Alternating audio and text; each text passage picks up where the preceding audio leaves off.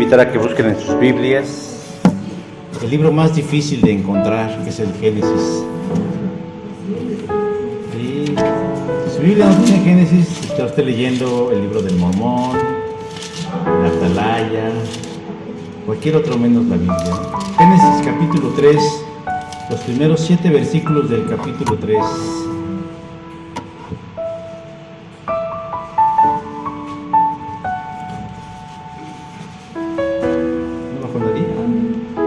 Ya tendré más audiencia, eso es bueno.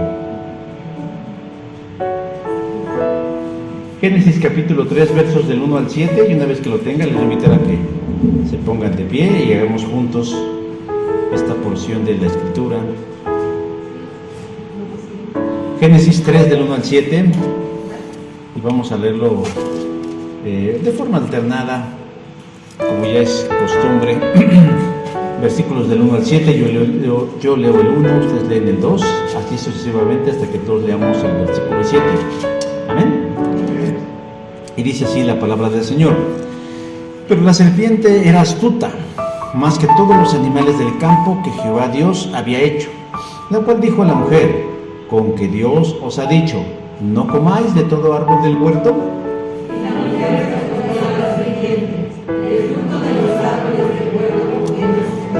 Pero del fruto del árbol que está en medio del huerto, dijo Dios, no comeréis ni le tocaréis, para que no moráis.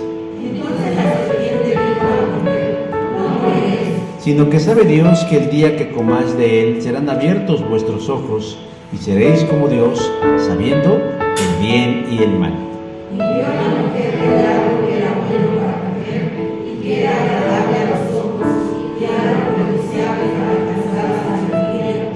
Tomó de su fruto y comió, y dio también a su marido, el cual comió así como él. Todos entonces fueron abiertos los ojos de ambos y conocieron que estaban desnudos, y entonces cosieron hojas de higueras y se hicieron delantales. Amén. Pueden tomar su lugar.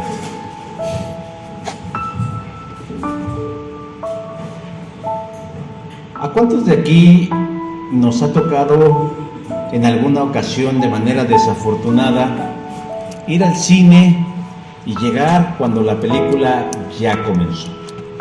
Yo creo que a más de uno nos ha tocado esta desafortunada experiencia, puesto que ya llegamos y pagamos nuestra entrada y vamos con toda la expectativa para mirar una muy buena película o una película entretenida, y resulta que ya comenzó. Pero las repercusiones de llegar tarde al mirar una película pueden ser muchas. Una de ellas es que desconozcamos realmente o nos perdamos de detalles que pueden servirnos para comprender de una mejor manera la trama del resto de la película, y nos preguntemos quién, dónde, cuándo, a qué horas y por qué. Anteriormente, cuando los cines no eran como los de hoy, había algo que se llamaba permanencia voluntaria, en donde uno pagaba solamente una entrada y uno se podía quedar inclusive todo el día, todo el horario habitual del cine, y poder mirar la película las veces que se proyectara. Y así uno podía resarcir esa falta si es que habíamos llegado tarde al comienzo de una película, y entender completamente de qué trataba la trama. Lo mismo sucede si nosotros decidiéramos comenzar a leer un libro sin no comenzar por el principio. Si decidiéramos simple y llanamente abrirlo y comenzar a leer en la primera página y continuar así sucesivamente, tal vez al final no entenderíamos muchas cosas o nos causaría una confusión mental en no poder entender porque omitimos el principio. Bueno, lo cierto es que esto suele suceder mucho con la Biblia, porque hay quienes empiezan a leer la Biblia no por el principio, sino lo empiezan a leer pues así como al azar, como el de Tin Marín de Doping Way, y abrimos la Biblia y ahí empezamos a leer, y de alguna manera nos perdemos de detalles importantes. Mi mamá tenía una rara costumbre, una costumbre de la que no recuerdo si alguna vez le pregunté el por qué lo hacía así. ella tenía la rara costumbre de leer el periódico o una revista empezando de atrás hacia adelante. Ella no la tomaba desde el principio y la empezaba a leer como se esperaría y como la lógica nos dictaría que debía hacerse, sino que ella al contrario lo ponía en su parte posterior y de ahí se iba de atrás hacia adelante. No sé si realmente ella tenía algún tipo de confusión, pero me imagino que tenía que hacer un doble ejercicio mental por tratar de comprender las cosas si las leía de atrás hacia adelante. Bueno, en estos 3 ejemplos que yo acabo de darles, lo único que podemos concluir es que cuando así hacemos o cuando así sucede, en el aspecto del conocimiento nos quedan enormes huecos de los fundamentos de las cosas que estamos viendo, de las cosas que estamos leyendo o de las cosas que estamos estudiando. Y entonces no podemos llenarlos, o si los llenamos con las ideas de nuestra imaginación. Esto lo digo, hermanos, porque yo me doy cuenta que a veces dentro de la fe o de la práctica de la vida cristiana llegamos a Cristo y muchas veces desconocemos el principio de las cosas. ¿Cómo es que vino Cristo? ¿A qué vino Cristo? ¿Por qué lo hizo? ¿De qué manera? ¿Por qué hizo las cosas de esa manera? Y muchas veces ni siquiera nos preocupamos por tratar de entender cómo es que empezó la historia de la humanidad, hablando desde una perspectiva bíblica y espiritual. Y entonces lo omitimos, simplemente lo dejamos así y empezamos a vivir y empezamos a desarrollar una vida cristiana sin más, pero con un montón de agujeros en la información básica de nuestra fe. Y esto es porque tal vez nosotros nos hemos perdido o porque nos han guiado sin decirnos y explicarnos las partes importantes del Evangelio, que es como llegar tarde a la exhibición de una película, que es como empezar a leer un libro sin empezar por el principio, o hacerlo como mi madre, ¿no?, que empezaba a leerlo de atrás hacia adelante. Hermanos, es que realmente es importante que nosotros conozcamos los fundamentos, los principios, los comienzos de la historia de la salvación, porque sin ello entonces podemos perdernos y tener ideas equivocadas acerca de la fe en Jesús, y desde luego, hermanos, que tendremos una vida totalmente no sana en el aspecto de la verdad. Por eso es importante, hermanos, que nosotros nos demos cuenta en esta hora, en este día, cómo es que comenzó la historia de nuestra redención. Estamos ya en lo que se conoce en el calendario cristiano como la época de la Cuaresma. Sé que es un concepto que se maneja más por la iglesia mayoritaria, pero al igual que el Adviento, nosotros tendríamos que retomar la idea de la Cuaresma, que son 40 días previos a la pasión de Cristo, para hacer lo mismo que hacemos con los días de Adviento: prepararnos, informarnos, reflexionar, para que cuando lleguen esas fechas no lleguen como cualquier otra, sino que realmente le demos el peso, la importancia, la trascendencia, el valor que tiene la muerte y la resurrección de nuestro Señor Jesucristo. Así como la palabra Adviento significa preparación o anuncio, la palabra Cuaresma o el concepto de la Cuaresma, hermanos, es para que nosotros conozcamos plenamente los fundamentos de nuestra fe. Tiene una función preparatoria para que no pase desapercibido, porque curiosamente para el mundo, aunque son días en el que la actividad humana se detiene, lo cierto es que no se detiene para la reflexión, la meditación, el cambio, la consagración, sino que realmente se detienen pues para el ocio, la diversión y para muchas otras cosas que pueden resultar banales y poco trascendentes. Y esto se debe, hermanos, a que hay un enorme desconocimiento dentro de las iglesias cristianas de cómo es que empezó el plan de la salvación de Dios por el bien de la humanidad. No empezó con el nacimiento de Cristo, ahí empezó el cumplimiento de los planes del Señor, pero previo al nacimiento de Jesús hay toda una historia y toda una maquinaria de cosas que nos hablan del porqué de la condición o del porqué de la venida de Jesús, pero también del porqué Jesús tuvo que morir y sacrificarse en la cruz de un Calvario. Hay quienes creen que Jesús vino únicamente a hacer turismo espiritual y vino simplemente a darnos bonitas palabras, a ayudarnos en nuestros problemas cotidianos, pero ignoramos que Jesús vino a mucho más que eso. Por eso es importante, mis hermanos, que nosotros demos un vistazo al comienzo de las cosas y revisemos y conozcamos el porqué y el para qué de la fe cristiana evangélica.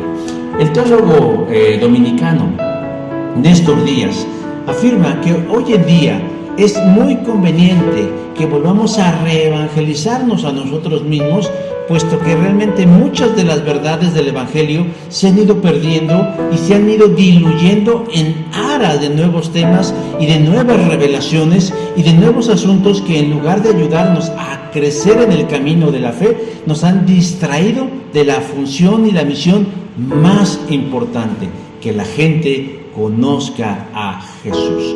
Por eso, hermanos, yo los invito hoy a esta hora a que juntos, en este tiempo de la Cuaresma 2023, revisemos esos aspectos que llevaron a Jesús a la cruz del Calvario y a resucitar de entre los muertos. Y como todo tiene un comienzo, hoy descubriremos 3 elementos interesantes de cómo fue que comenzó todo, de cómo fue que la maquinaria de la salvación se echó a andar y que hasta hoy en la actualidad sigue funcionando. Pero ¿cuáles son esos 3 elementos que el libro del Génesis nos habla el día de hoy? El primer elemento, hermanos, lo encontramos en el capítulo 3, en el versículo número 1, cuando nos habla de cuál es el origen de todas las cosas, cuando dice así: con que Dios os ha dicho. El primer libro de la Biblia se llama Génesis, ¿verdad? Que proviene de la palabra hebrea Reshit, que significa principio, comienzo u origen. Y precisamente de ahí es de donde toma su nombre, este libro, de la primera palabra con la que comienza este documento. Pero además, el libro del Génesis nos narra el origen de todas las cosas, el origen de la creación como la conocemos, del universo y de todo lo creado. Cuando nosotros leemos el capítulo 2 del libro del Génesis, o más bien cuando terminamos de leerlo, nos quedamos con una imagen de una perfecta armonía entre Dios y el ser humano. Nos dice el escritor sagrado que Dios y el hombre caminaban tomados prácticamente de la mano entre toda la creación. Y ahí encontramos, hermanos, algo maravilloso, cómo hay una armonía perfecta entre la humanidad representada por Adán y Dios, quienes están en el huerto del Edén. Pero cuando nosotros llegamos al capítulo 4, nos encontramos con un panorama totalmente distinto. Encontramos una fuerte disonancia entre los protagonistas. Ya no hay esta armonía entre Dios y los seres humanos. Al contrario, lo que encontramos en la humanidad son celos, envidias, odios y muerte. Y nosotros nos preguntamos, ¿qué pasó? ¿Qué sucedió? ¿Qué cambió? Era como en el ejemplo que les decía al principio, es como llegar a mirar una película y de pronto darnos cuenta que las cosas están funcionando, pero no sabemos por qué están funcionando de esa manera. ¿Por qué es que las cosas cambiaron tan radicalmente entre el capítulo 2 y el capítulo 4? ¿Cómo es que las cosas se complicaron así? ¿Y qué puede explicarnos la razón? Por eso es imprescindible el capítulo 3. La Biblia no podría ser entendida sin el capítulo 3 del libro del Génesis. Bueno, sin todo el libro del Génesis, pero particularmente toda la historia de la Biblia no podría ser entendida sin el capítulo 3, porque el capítulo 3 nos explica el comienzo de todo el desastre que hay en el mundo, porque es ahí en donde empieza nuestra desgracia, pero también es ahí donde comienza a vislumbrarse la luz de la esperanza, donde Dios empieza a idear un plan perfecto para resolver nuestro problema con Él. Pero ¿cómo es que surge todo esto, no? Pero bueno, no nos adelantemos. ¿Cómo es que inició ese cambio entre la armonía de Dios y el hombre en el capítulo 2 a la completa disensión entre Dios y el hombre del capítulo 4 y el resto de la Biblia? Nos dice el relato que Dios dejó al hombre con su mujer solos en el huerto. Les dijo: creced y multiplicaos y disfruten de todas las cosas que se encuentran en ese lugar. Pero es precisamente en esa ausencia de Dios cuando un personaje que ahí se encuentra aprovecha eso para echar todo a perder. El escritor sagrado identifica a ese personaje no como algo, sino como alguien. Versículo número 1, cuando dice la serpiente, ¿no? Dice, pero la serpiente. Según lo que nos dice el texto, es un ser creado por Dios. Pero aquí estamos pensando nosotros en que no se está hablando de un animal simple y común, sino se está hablando de alguien que poseyó a este animal y que está detrás de la serpiente y que tal vez es el causante de todos los males que padecemos. El texto no nos dice quién es esa serpiente o que esa serpiente sea la personificación del mal o del diablo. Pero después, en varios textos de la Biblia, nosotros encontramos la confirmación de quién es esa serpiente, o más bien, quién está detrás de la serpiente. Es el apóstol Juan en su libro del Apocalipsis, donde nos dice: la serpiente antigua que se llama el diablo o Satanás. Por lo tanto, que ya vamos develando el misterio. Allí en el huerto del Edén, personificado en la forma de una serpiente, el diablo se acerca al hombre y a la mujer para echar a perder los planes de Dios. Pero ¿por qué lo hizo así? ¿Por qué se personificó? ¿Por qué se materializó en un animal de estas características? Bueno, pues para poderse comunicar de una forma efectiva entre el mundo espiritual y el mundo material. Pero ¿qué es lo que quería la serpiente comunicarle a la mujer? Un mensaje que nacía de su mal corazón, sembrar en ella la duda, la discordia y el recelo acerca de lo que Dios les había indicado. Entonces nosotros debemos recordar algo muy importante, que Satanás, antes de ser lo que era, en la corte celestial, él era un ángel muy importante, un ángel de alto rango. Así nos lo dice el libro de Ezequiel, capítulo 28. Y que justamente ahí él lideraba los momentos de alabanza y adoración de los cielos. Y era tanta su perfección y su capacidad, que nos dice Isaías 14, que entonces, a causa de esa soberbia y engreimiento, osó él ser igual o superior a Dios, lo que le valió la expulsión de los cielos junto con un grupo de ángeles caídos que lo siguieron. Satanás o el diablo tenían en la mente y el corazón envenenados de odio hacia Dios. Así pues, ellos querían destruir todo lo que la mano de Dios hiciera. Se juró a sí mismo que haría todo lo que estuviera en su mano por frustrar, detener o destruir el reino de Dios y también a sus criaturas. Este personaje que yo acabo de describir se encuentra ahí en el huerto del Edén, por eso dice, pero la serpiente.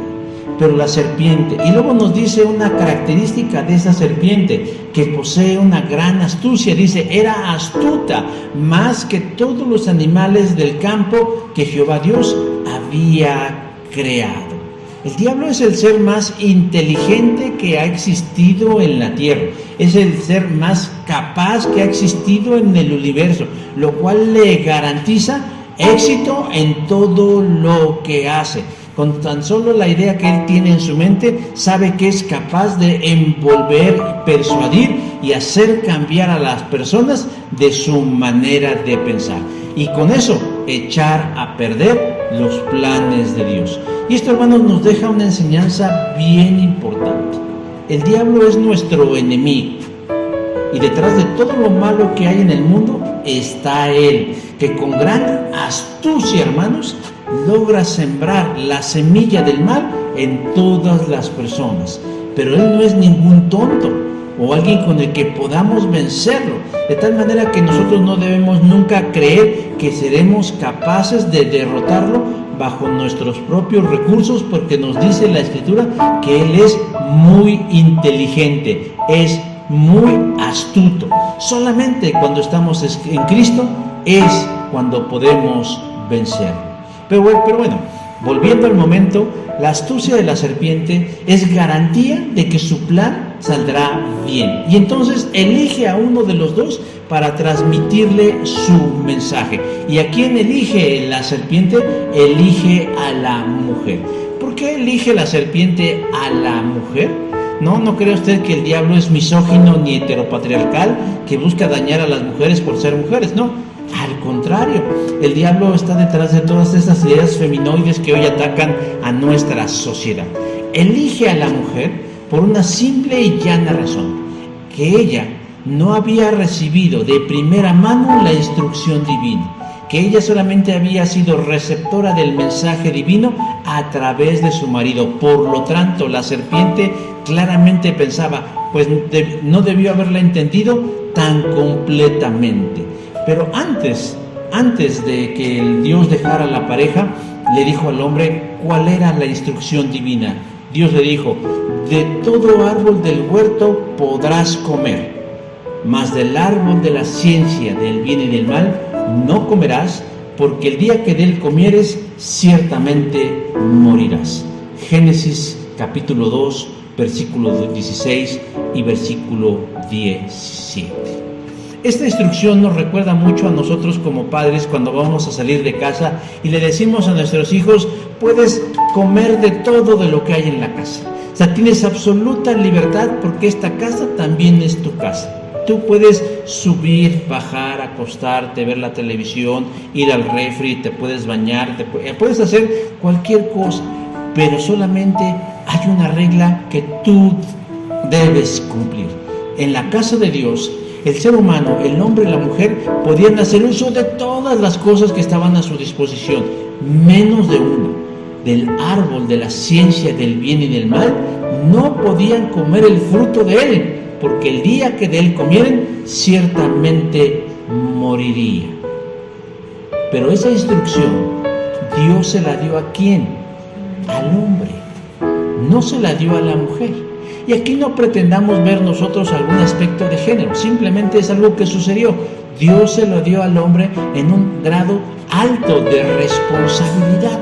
Tú eres el garante de este mandamiento. Pero la serpiente eso no lo sabe ella. Ella solamente sabe que la mujer no fue la que recibió el mandamiento, porque la serpiente no es omnisciente ni omnipotente, pero va a tratar de averiguar qué tanto entendió la mujer de lo que le dijo su marido, de lo que comprendió su marido y de lo que le transmitió a ella en relación a este mandamiento. Porque imaginémonos el momento, Dios le dice al hombre: de todas las cosas que hay en el huerto, tú puedes disfrutar, menos de uno. Ahora, Dios se va y el hombre le dice a la mujer: mujer, Dios ha dicho que nosotros podemos disponer de todas las cosas que hay en el huerto, menos del fruto del árbol de la ciencia del bien y del mal, porque el día que de él comiéramos, ciertamente moriremos. Decía, la serpiente sabe que esto fue así, pero no sabe qué tanto comprendió la mujer de este mandamiento. Y entonces va a tratar de averiguarlo, porque sabe que en la ruta de la comunicación puede haber algún error o una parte que se haya perdido, y entonces por eso se acerca a la mujer.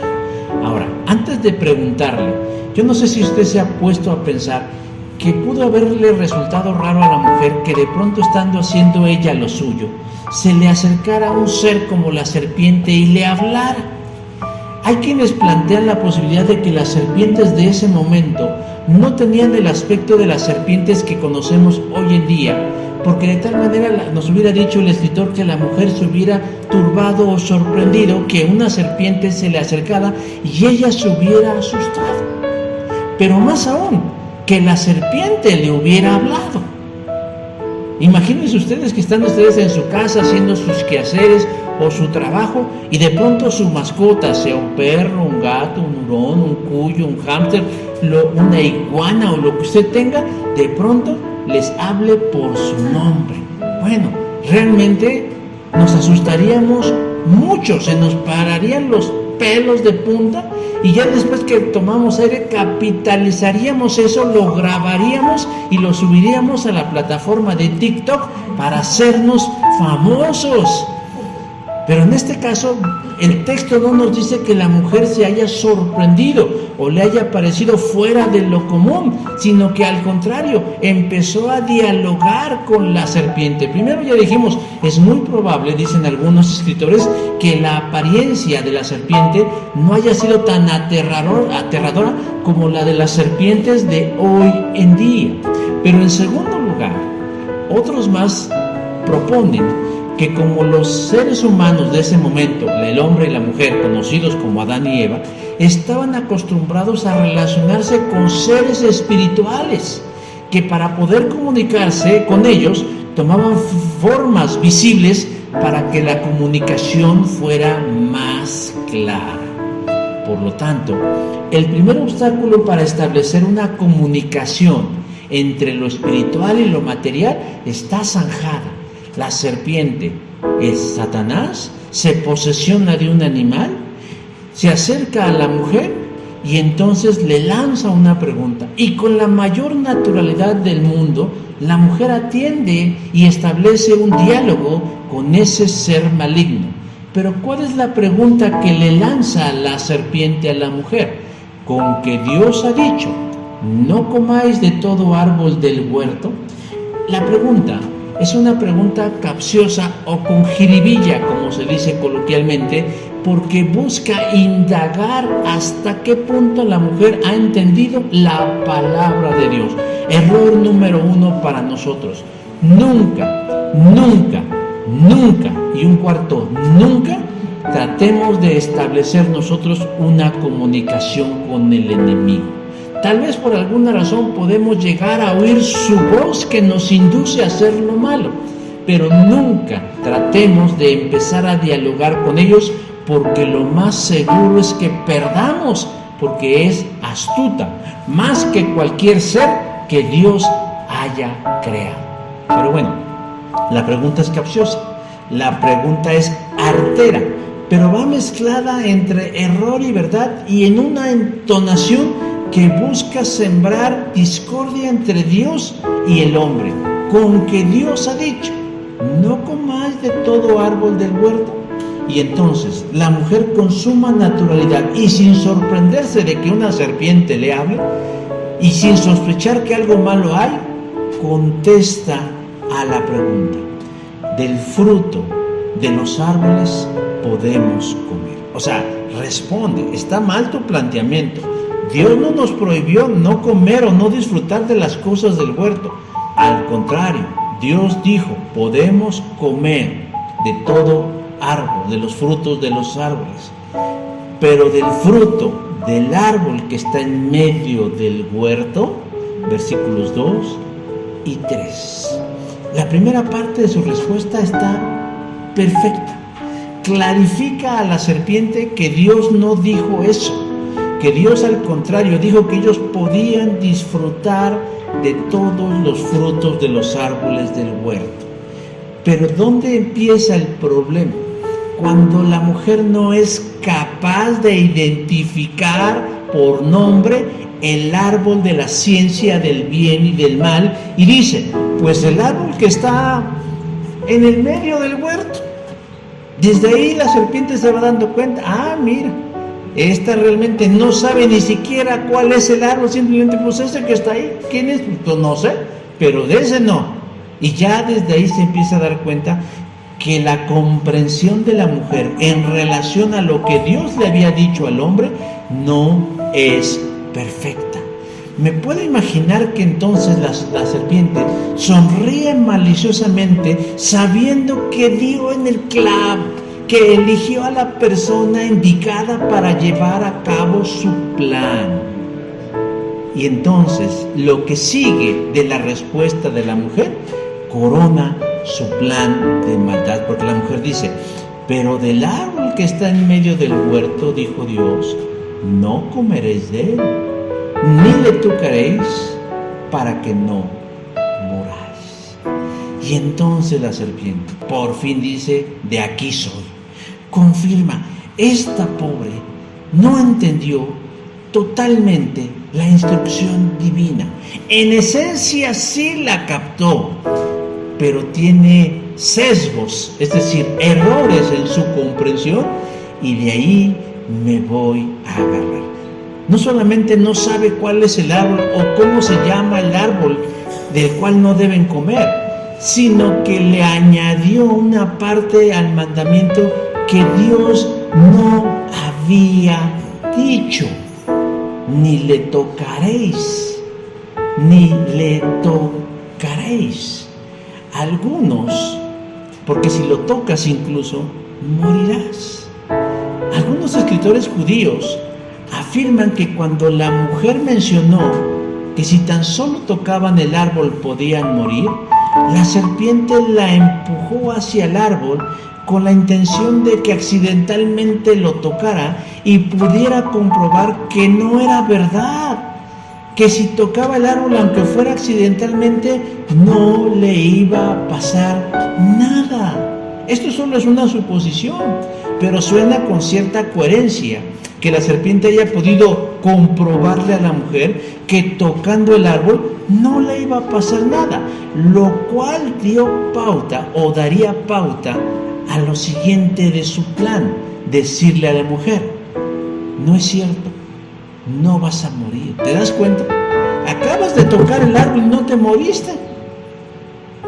Sino que sabe Dios que el día que tú comas de ese árbol, del fruto de ese árbol, serán abiertos vuestros ojos. Ya la serpiente, si esto es cierto, lo que dicen estos judíos rabínicos, de que la serpiente pudo haber empujado a la mujer para que tocara accidentalmente el árbol y comprobarle que no se iba a morir con tocarlo, entonces lo que sigue da la pauta para seguir hablando y seguir sembrando en ella cada vez más y más cizaña en contra de Dios. Y de alguna manera le dice dos cosas de Dios que no son ciertas, pero se los dice. Dios es mentiroso. Dios es mentiroso. Cuando le dice: sino que sabe Dios que el día que comas de él serán abiertos vuestros ojos. Dios te mintió. Dios no te dijo la verdad en relación a ese árbol o al fruto de ese árbol. Por lo tanto, Dios miente. Pero además no solo Dios te miente, sino que es egoísta, porque te está privando de un derecho. Ahora a cualquier deseo le llaman derecho, ¿verdad? Pero recuerde que siempre un derecho va en conjunto con una responsabilidad. Pero aquí la serpiente, que es la promotora de los derechos humanos, le está diciendo: óyeme, te está restringiendo un derecho. Tú tienes derecho a conocer el bien y el mal, y Dios te lo está restringiendo al no permitirte con libertad probar del fruto del árbol del huerto que está allí, porque sabe que el día que lo hagas serán abiertos vuestros ojos. ¿Se dan cuenta de lo intrincado, complejo, pero a la vez efectivo diálogo de la serpiente con la mujer? O sea, le está diciendo: tú tienes ese derecho. ¿No te ha dicho Dios que tú eres la imagen y semejanza de Él? ¿Por qué pues te restringe algo tan importante? ¿No acaso eres la corona de la creación? ¿No acaso estás por encima del resto de las demás criaturas? ¿No inclusive te dio el privilegio de ponerles nombres a todo? ¿Por qué entonces Dios no te tiene tanta confianza como para darte la libertad de probar ese fruto? Porque Dios te miente, pero además Dios es egoísta. ¿Sabes por qué? Porque el día que sean abiertos vuestros ojos, serás como Él. Versículo 7. Serás como Dios. A ese punto lo llevaré. Ahora, esta estrategia sigue siendo la misma a lo largo de los siglos. Se ha ido perfeccionando claramente, pero sigue utilizando los mismos recursos y la misma estrategia para distanciarnos de Dios. Porque hoy en día nos sigue acariciando el ego, diciendo con que Dios os ha dicho no hagas esto o no hagas aquello. Y nosotros todavía le prestamos atención al diablo como la mujer diciendo, ¿será cierto? Y hasta cuestionamos la bondad de Dios en su palabra y en sus mandamientos, diciendo, Señor, por lo menos permíteme dejar de ser cristiano durante un día para que yo pruebe las mieles de este mundo, como si Dios nos estuviera quitando un derecho, cuando en realidad lo que Dios está haciendo es protegernos de un peligro. Dirán que es una cuestión de perspectivas, y sí, humanamente es así, pero lo que vale aquí es más la perspectiva de Dios, que todo lo ve, que la perspectiva nuestra, que solo lo miramos parcialmente. Muchas veces los mandamientos de Dios los miramos como restrictivos, cuando en realidad son liberadores. El diablo, quiere seguir presentándonos a Dios como un ser ajeno, egoísta y mentiroso, que no ama a sus criaturas, pero que de alguna manera busca nuestro mal. Si nosotros sabemos algo de Dios, es que Dios es bueno, y esa es parte de su naturaleza.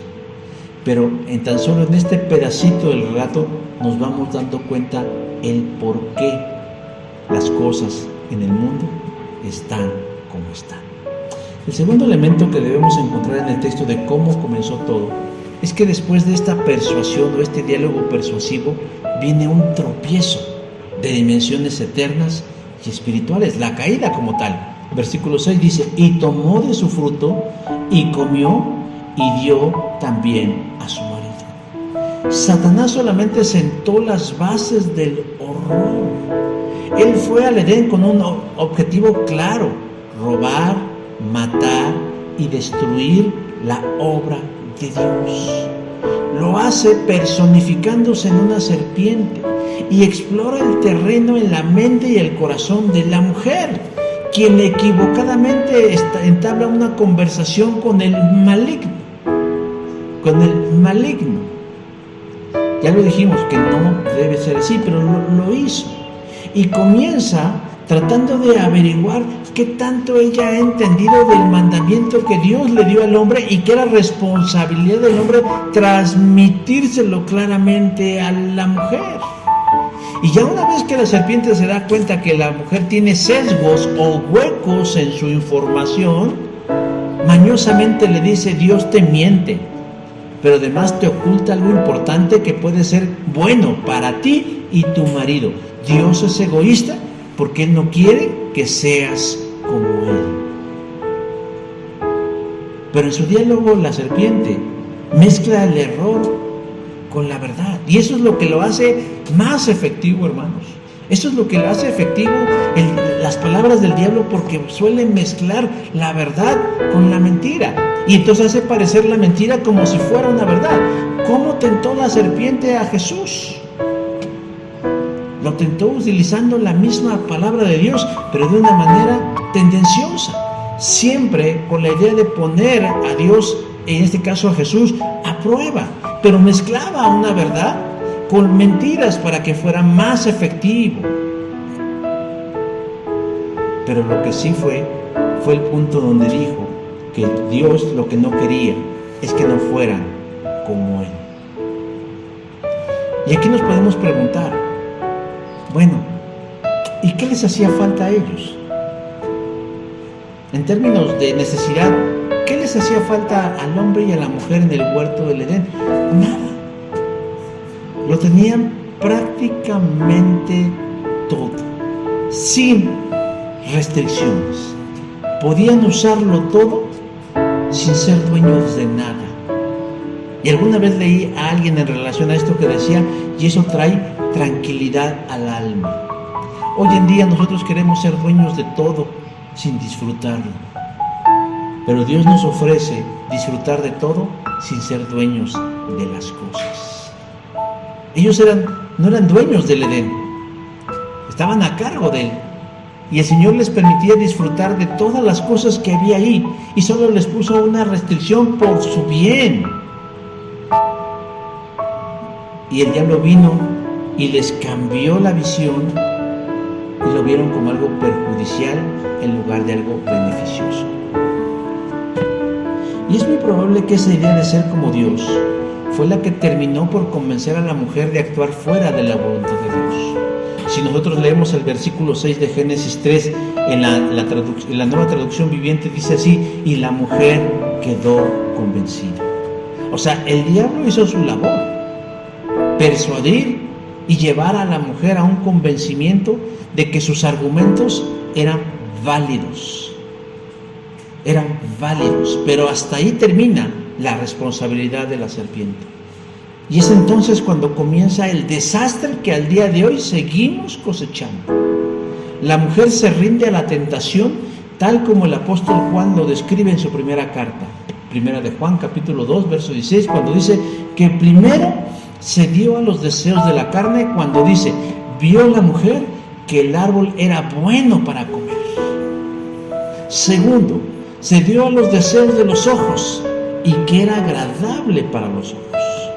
Y por último, se dio a la vanagloria de la vida y que era árbol codiciable para alcanzar la sabiduría. Hermanos, la metodología del diablo sigue siendo la misma para pecar. Siembra en nosotros una semilla, siembra en nosotros una idea, la deposita, sabiendo que esa semilla encontrará en nuestra cabeza una tierra fértil para que vaya evolucionando, no importando el tiempo que necesite, para que en su debido tiempo dé a luz el pecado.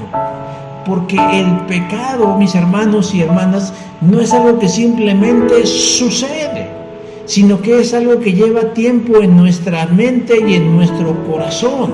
En el caso de la mujer fue muy corto el tiempo, pero en el caso de muchos de nosotros se lleva su tiempo, pero empieza con una idea en nuestra cabeza que le va dando vueltas y vueltas, y de no desecharla y de no deshacernos de ella, en su debido tiempo eclosionará como una semilla, como una planta de una semilla, y dará a luz el pecado.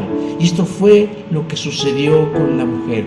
Ella, la serpiente, puso la semilla, la mente de ella fue la tierra fértil, y lo que ella imaginó y pensó y a la conclusión que le llevó, dio como resultado el pecado. Pero es aquí en donde entonces debemos empezar a deslindar responsabilidades. Satanás hizo lo suyo, persuadió a la mujer, le dio argumentos, pero nunca la obligó, ni le metió el fruto en su boca, ni en la boca de su marido. Eso lo hicieron ellos por cuenta propia, con libertad y conciencia. Cuando nosotros pecamos, podemos argumentar una serie de razones para no asumir nuestro rol de pecado y decir: no, pues es que esto es resultado porque mis padres me hicieron así, o porque la sociedad me hizo así, o porque mi prójimo me hizo tal cosa, o porque el ambiente se prestaba para tales circunstancias. Invocamos engaños, presiones o fuerzas poderosas fuera de uno, diciendo: el diablo me tentó. Pero a la luz de la Escritura, nada nos exime de la decisión de desobedecer a Dios. La mujer es responsable no solo por haber visto el fruto, sino de deleitarse del fruto y pasar de la contemplación a la acción, tomarlo con sus manos y probarlo con su boca. Y si todavía le queremos añadir más, llevarlo a su marido y persuadirlo para que éste también coma. Tal vez habrá alguien que crea que el hombre tenía menos responsabilidad porque solamente le tocó comer, pero no, hermanos. La verdad es que el hombre tiene una doble responsabilidad, más que la mujer, que fue la que accedió a las presiones del diablo. ¿Por qué digo que doble? Primero, hermanos, porque no había transmitido completamente el mensaje a su mujer. Ese era su deber. Su deber era transmitirle a su mujer claramente la instrucción divina, y no lo hizo. Lo dejó así, a la buena interpretación. Y eso lo hace a él responsable, porque a final de cuentas el destino de nosotros estaba en manos de ellos dos. Segundo, de alguna manera podríamos, entre comillas, disculpar a la mujer porque ella tuvo este enfrentamiento cognitivo o mental de argumentos y contraargumentos de esta lucha contra el diablo. Y aún así se dio ante el pecado. Pero en el caso del hombre, él tácitamente simplemente abrió la boca y comió. Y eso lo hace mayormente responsable. Ahora, ¿qué es lo que pasa? El hombre y la mujer antes de esto estaban en una condición de inocencia y perfección delante de Dios y delante del universo. Pero el solo hecho de ir en contra de lo que Dios les había dicho, por cualquier razón que fuera, hizo que algo se rompiera por dentro en ellos y que entonces naciera algo que no existía hasta ese momento y que es el pecado. ¿Qué es el pecado, hermanos? Es esa tendencia de ir en contra de Dios, fallando en todos los propósitos que Dios ha marcado para nosotros. Esto es lo que se conoce como el pecado original. Este es el pecado que dio origen a todas las atrocidades que vivimos como humanidad. Cuando nos preguntamos el por qué pasa lo que pasa, por qué hay injusticia, por qué hay muerte, por qué hay dolor, por qué hay tristeza, bueno, fue a razón de esto, mis hermanos, que algunos cuando lo leen sin ponerse a pensar en la trascendencia del hecho y de la implicación que ha tenido para todos nosotros. De alguna forma, el plan de Dios está echado a perder. Y no podemos culpar únicamente a la serpiente, no porque la eximamos diciendo, no, pues pobrecita, no, tiene su grado de responsabilidad, sino también al hombre y a la mujer, ya que a ellos nadie les colocó un cuchillo o les presionó con algo para ir en contra de la advertencia divina. Hicieron uso incorrecto de su libertad y decidieron ir por voluntad propia en la dirección equivocada, condenándonos a todos nosotros a vivir en una misma situación de pecado. Y el tercer elemento, hermanos, que nos explica cómo comenzó todo, es que de todo esto hay una consecuencia. O sea, no es algo inocuo, o sea, no pasó nada, ¿no? Es como cuando tiembla y la gente, no pasa nada, como no pasa nada, se está moviendo la tierra, ¿no? O alguien sufre un accidente, no pasó nada, no, ¿cómo no? Si vio el charcote de sangre, sí pasó. Solemos minimizar las cosas para tranquilizar nuestra conciencia y decir, no pasó nada. No, sí pasó. Versículo 7, se fueron abiertos los ojos de ambos. Parece ser que cuando la mujer come del fruto, todavía no se da cuenta de lo grave que acaba de hacer, sino es hasta que come su marido cuando los dos se dan cuenta que pecaron. Y es cuando comen los dos, cuando a ambos, dice, se les abren los ojos, abren sus ojos para el mal. Para el bien ya estaban abiertos, pero ahora ya están abiertos para el mal. Y se cumplió lo que el diablo les había dicho, pero solo en parcialidad. Y serán abiertos vuestros ojos y conoceréis el bien y el mal. Antes de eso no había mal en ellos, pero ahora ya lo hay. ¿Y cómo se dan cuenta de eso? Verso 7, porque se dan cuenta que estaban desnudos. Pues ¿qué no estaban desnudos ya antes? ¿Cómo es que no se habían dado cuenta de su desnudez? Porque cambió su percepción de las cosas. Porque entonces lo que antes veían con la mayor de las naturalidades, ahora lo miran con malicia, con perversión y con vergüenza. Hay quienes tal vez romantizan esta escena diciendo que en realidad el hombre y la mujer no estaban desnudos, sino que estaban revestidos de la luz de Dios, pero que cuando pecaron, se horrorizaron, no por sus cuerpos, sino porque había nacido el pecado en ellos, porque la luz de Dios se había apartado o se había apagado en ellos, y entonces se vieron tal cual eran, sin la presencia divina acompañándoles. Hermanos, es entonces cuando nosotros empezamos a darnos cuenta de por qué tenemos los conflictos que tenemos como seres humanos. Es esa naturaleza de pecado la que se ha transmitido desde ellos hasta nuestros días y hasta que la humanidad siga presente, en donde nos daremos cuenta que esto tiene un origen y tiene un punto de partida, de que tenemos la misma tendencia de ellos de hacer lo que se nos venga en gana, siempre contrario al deseo de Dios, siempre diciéndonos Dios por la derecha y nos vamos por la izquierda, o al revés, si Dios nos dice por la izquierda nos vamos por el lado contrario, si Dios nos dice para arriba nos vamos para abajo. El chiste es siempre llevarle la contraria a Dios, y eso es una tendencia de pecado. El que el hombre y la mujer pecaran trajo consecuencias, y la primera consecuencia es la presencia del pecado en ellos que antes no había. Tomaron conciencia de que había algo ya malo en ellos porque se vieron desnudos. Algo que antes era bueno, ahora es malo porque sienten vergüenza. ¿Y qué es lo que hacen ellos cuando se descubren a sí mismos? Tratan de cubrir su desnudez. ¿Cómo? Con hojas de higueras. Y esto, hermanos, hacerlas los delantales o como delantales para cubrir sus partes genitales, es la conjunción de dos cosas: del ingenio, porque nunca antes habían cosido algo, pero también de la estupidez. ¿Por qué de la estupidez? Porque escogieron las peores hojas para cubrirse, las peores hojas para taparse, porque por la superficie rasposa y espiculada de las hojas de las higueras, ¿qué iba a ocurrir? Se iban a lastimar la piel. Y la misma cosa sucede hoy, hermanos, cuando nosotros somos descubiertos por nuestro pecado. En lugar de buscar la mejor manera de cubrirlo o de borrar lo que es delante de Dios, tratamos de hacerlo con nuestros propios recursos y los peores elementos que tenemos para hacerlo.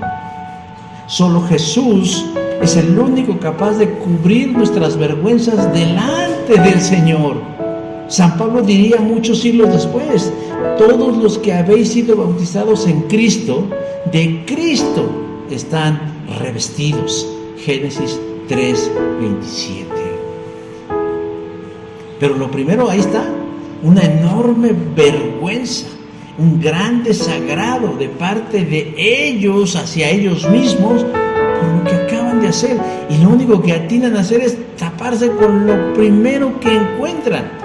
Qué bueno que no encontraron huizache o corona de Cristo o cualquiera de esas cosas, pero aún así fue una tontería utilizar las hojas de las higueras. Hay consecuencias, hubo consecuencias, se rompió la comunión, la armonía, la relación con Dios. Pero a eso todavía le falta la confrontación de ellos delante de Dios. Pero para eso tuvieron que esperarse hasta que el día refrescara. Versículo número 8, es decir, tuvieron que vivir esas horas con el remordimiento, con el temor de saber que se enfrentarían ante la autoridad máxima y tener que responder con la mejor de las caras que tuvieran, la vergüenza que sentían. Yo creo que todos hemos sentido eso alguna vez en nuestra vida, cuando hemos cometido una falta y hemos tenido que compadecer delante de una autoridad y que nos echen en cara la falta que cometimos y tener tal vez que reconocer o tratar de ver cómo vamos a responder ante semejante acusación. Pero bueno, lo que sí es cierto, mis hermanos, es que hubo una serie de consecuencias después de que el ser humano pecó. Y la más importante y relevante de ellas es el distanciamiento entre el Dios Santo y el hombre pecador. La ruptura total entre la comunión que existía entre Dios y los seres humanos, entre Dios y su creación, entre Dios y lo que Dios estaba haciendo con las personas a partir del capítulo 2 del libro del Génesis.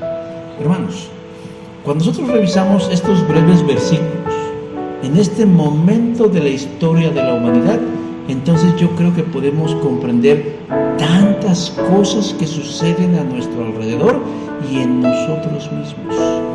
Comprendemos por qué el mal está tan presente entre nosotros y que nada parece resolverlo. Estaba viendo, últimamente se ha hecho muy famoso, creo que es el presidente de El Salvador, Bukele, ¿sí es? Porque él está haciendo una gran reforma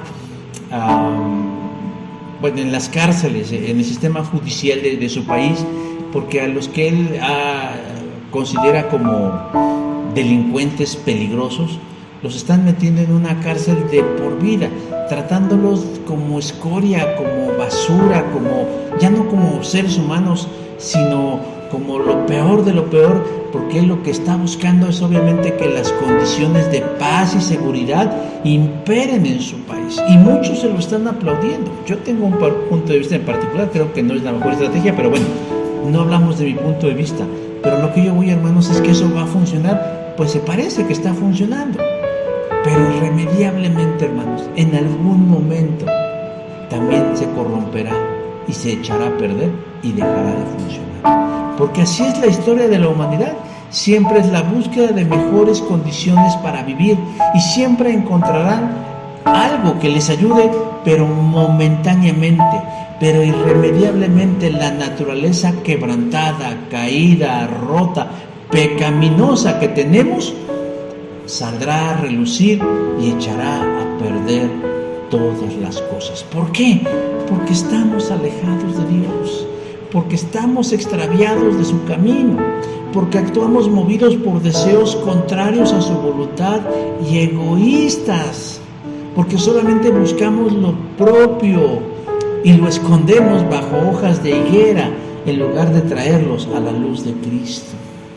Pero yo no quiero que en esta mañana, ya casi tarde, o en esta tarde ya, nos vayamos con una actitud desesperanzadora, sino al contrario, porque precisamente en el juicio que trae Dios en contra de los primeros hombres que se transmite a nosotros, está también la luz de la esperanza.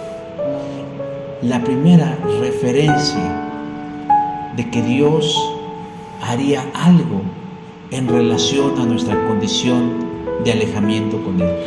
Cuando dijo a la mujer que de su simiente vendría la respuesta, la solución que heriría y que acabaría con el reinado del mal, es una realidad.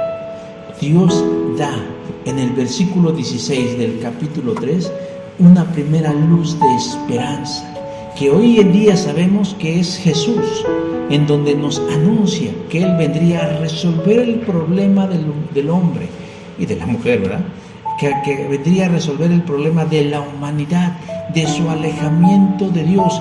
No nos da más detalles, pero nos dice que llegará un día en el que la simiente de la mujer herirá la cabeza de la serpiente y acabará con el reino del mal. Y eso, hermanos, es la idea con la que nosotros debemos empezar nuestra semana. Conocemos que comenzó todo este desorden en la humanidad, en nuestra sociedad, en nuestras familias, pero también que Dios tiene una solución, una respuesta, y que a través de las siguientes semanas las iremos descubriendo hasta el punto de saber cómo es que Dios ya lo resolvió, ya lo finiquitó, ya lo dejó totalmente concluido. Ahora solamente nos corresponde a nosotros abrazar la obra de Dios a través de las acciones de Jesucristo. Amén. Yo les invito, hermanos, a que cierren sus ojos en esta hora de la tarde y tengamos una palabra de oración. Señor Dios, en esta hora te agradecemos infinitamente